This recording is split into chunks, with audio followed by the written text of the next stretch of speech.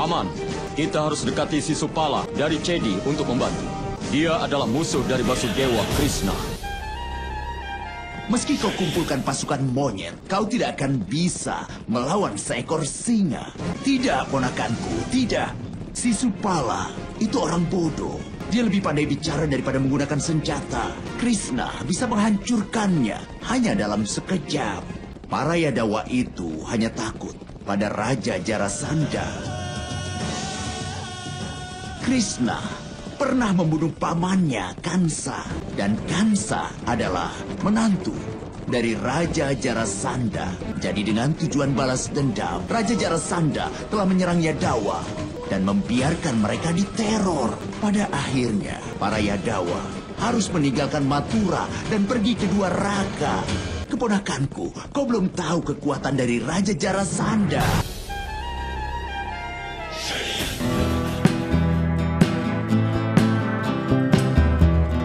Dari sekian banyak nama dan gelar yang diberikan untuk Basudewa Krishna, semuanya mencirikan kesaktian, kecerdasan, keagungan dan kekaguman para pengikutnya. Misalnya saja nama Gopala dan Gopinda. Nama ini diberikan untuk menggambarkan Basudewa Krishna sebagai seorang pengembala dan berhubungan dengan kekuatannya mengangkat Bukit Gopardhan. Kesawa diberikan karena Basudewa memiliki paras rupawan dan berambut indah, dan masih banyak nama dan gelar lain seperti Madhusudana, Madawa, dan Yasodatanaya yang berarti putra dari ibu Yasoda. Namun, ada satu nama dan gelar yang cukup unik dan terkesan menghina yang diberikan untuk Basudewa Krishna, yaitu Rancon. Krishna! Tidak ada seorang pun yang bisa melindungimu dariku.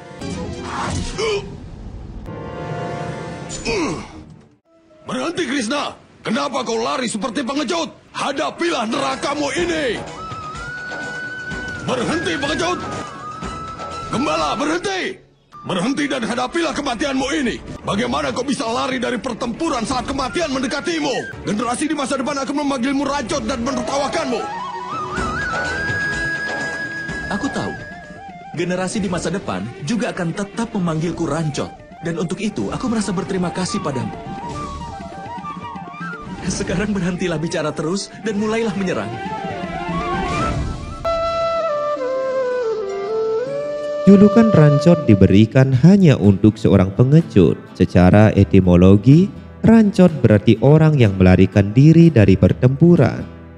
Tapi, asal-usul nama Rancot bagi Basudewa Krishna justru menjadi tonggak awal berdirinya kerajaan Dwaraka. Ini akan menjadi topik paling menarik bagi kita semua. Pastikan Anda menontonnya sampai habis. Supaya Anda punya kesempatan menekan tombol like dan subscribe-nya, mari kita putar intronya sejenak.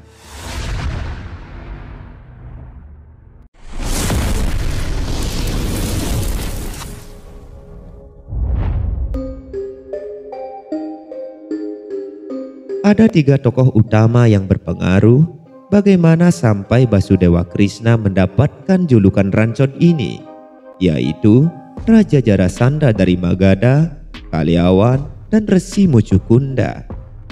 Supaya benangnya tidak kusut, mari kita urai ketiga tokoh-tokoh ini secara singkat. Karena Raja Jarasandha sendiri tidak bisa dibunuh. Raja Jarasandha, Raja Brihadrata, punya 2 istri.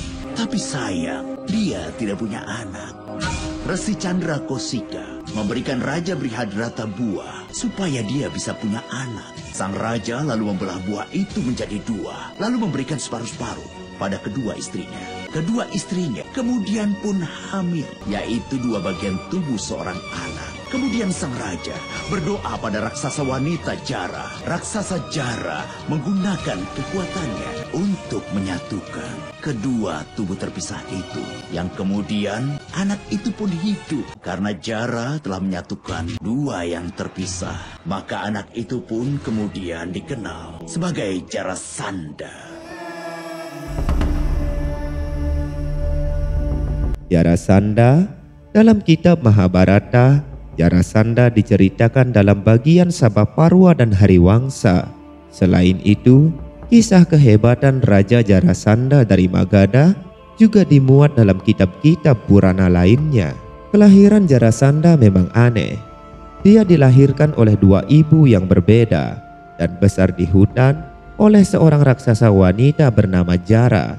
Karena semasih bayi, Jarasandha dibuang di hutan. Ayahnya bernama Brihadrata, Raja Magadha saat itu. Kedua ibunya berasal dari kerajaan Kashi. Karena lama tak memiliki putra, Resi Canda Kausika memberi sang raja sebuah mangga yang telah didoakan untuk diberikan kepada seorang istrinya. Karena Brihadrata mencintai kedua istrinya, buah itu dibagi sama rata untuk dimakan kedua istrinya. Akhirnya, kedua istrinya pun melahirkan masing-masing setengah bayi laki-laki. Supaya tak menciptakan aib di kerajaan, bayi ini dibuang di hutan. Berkat kesaktian raksasa wanita yang bernama Jara, bayi itu dipungut dan disatukannya. Setelah besar, dikembalikan ke Magadha.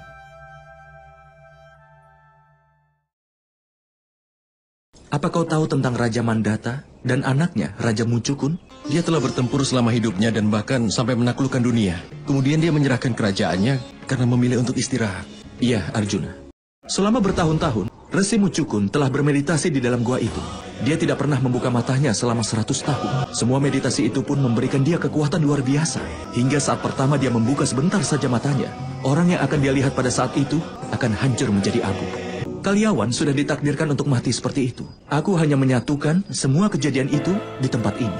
Resi Mucukunda adalah seorang raja dari kalangan dinasti Surya, putra Mandata, dan disebut Raja para manusia. Ia merupakan leluhur Harishcandra, Dilipa, Ragu, dan Rama yang disebutkan dalam Wiracarita Ramayana. Berkat jasa-jasanya dalam membantu para dewa, Dewa Indra memberinya anugerah berupa tidur lelap dalam jangka waktu yang sangat panjang, dan siapapun yang mengusik tidurnya akan segera terbakar sampai menjadi abu. Terimalah salamku ini, Resi Mucukun yang agung. Aku besar dengan mendengarkan kisah-kisah tentang keberanianmu. Siapa dia yang tanpa alasan sampai terbakar jadi abu olehku? Tidak ada yang terjadi di dunia ini tanpa alasan, Resi yang agung. Mungkin saja dia sampai terbakar olehmu, itu adalah takdirnya. Dan untuk mengubahnya menjadi abu, mungkin Yang Kuasa telah mendorongmu untuk meninggalkan kerajaanmu dan meditasi di sini. Sekarang kau tidak perlu khawatir dan lanjutkan saja meditasimu.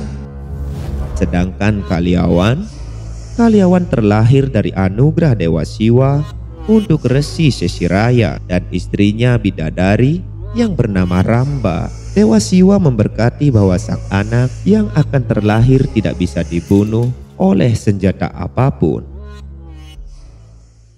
Arti dari nama Kal adalah kematian, Arjuna. Tidak ada peristiwa di mana kematian tidak akan menghampiri seseorang.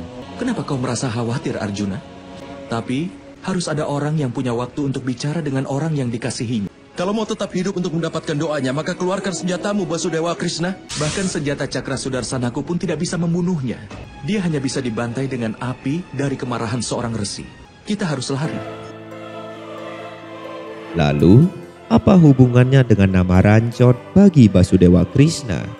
Ketika remaja, Krishna telah membunuh Kamsa, penguasa kerajaan Mathura, sebagai hukuman atas dosa-dosanya. Setelah itu, Krishna tinggal di Mathura untuk membalas pembunuhan Kamsa. Ayah mertua Kamsa yaitu Jarasandha menyerang Mathura berkali-kali dan kalah dari Basudewa Krishna di setiap pertempuran. Kemudian, sebelum menyerang Mathura untuk ke-18 kalinya, Jarasandha bersekutu dengan seorang Kaliawan yang terkenal sangat sakti dan tak bisa terbunuh oleh senjata apapun. Jarasandha menculik banyak orang dari Mathura. Dia mengancam mereka untuk melakukan yagya, yaitu berdoa kepada Yang Maha Kuasa untuk memastikan kemenangannya. Namun, jika dia kalah dalam pertempuran, semua tawanan akan dipenggal. Ketika Sri Krishna mengetahui hal ini, dia memutuskan untuk berhenti perang dan melarikan diri dari medan pertempuran. Basudewa Krishna berkata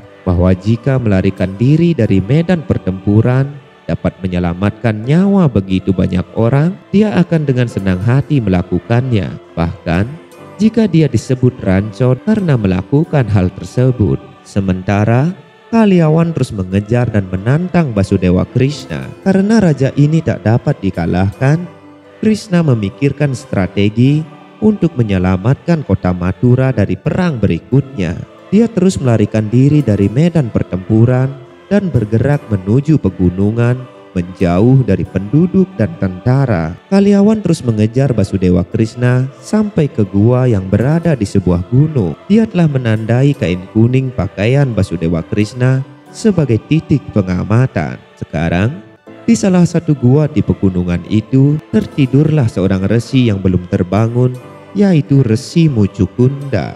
Krishna mengetahui anugerah yang diberikan kepada Kaliawan dan Resi Mucukunda. Dia meletakkan kain kuning pada sang resi yang sedang tertidur, dan Krishna bersembunyi di balik batu besar. Kaliawan secara keliru berasumsi bahwa Krishna terbaring di sana karena resi itu mengenakan pakaiannya. Dia mencoba membangunkannya. Selanjutnya, Sri Krishna memutuskan untuk memindahkan kerajaannya dari Mathura untuk menghindari pertempuran terus-menerus dengan Jarasandha dan pelecehan yang dilakukan Jarasandha kepada orang-orang tak bersalah di Mathura. Maka Sri Krishna memerintahkan Wiswakarma, yaitu seorang dewa arsitektur, untuk membangun ibu kota yang sangat unik dan indah jauh dari Mathura yang tidak dapat dijangkau dengan mudah oleh Jarasandha. Jadi Wiswakarma membangun kota Dwaraka di dekat pantai laut Gujara. Kota ini konon dibangun di atas air laut sehingga sulit untuk menyerang kota tersebut.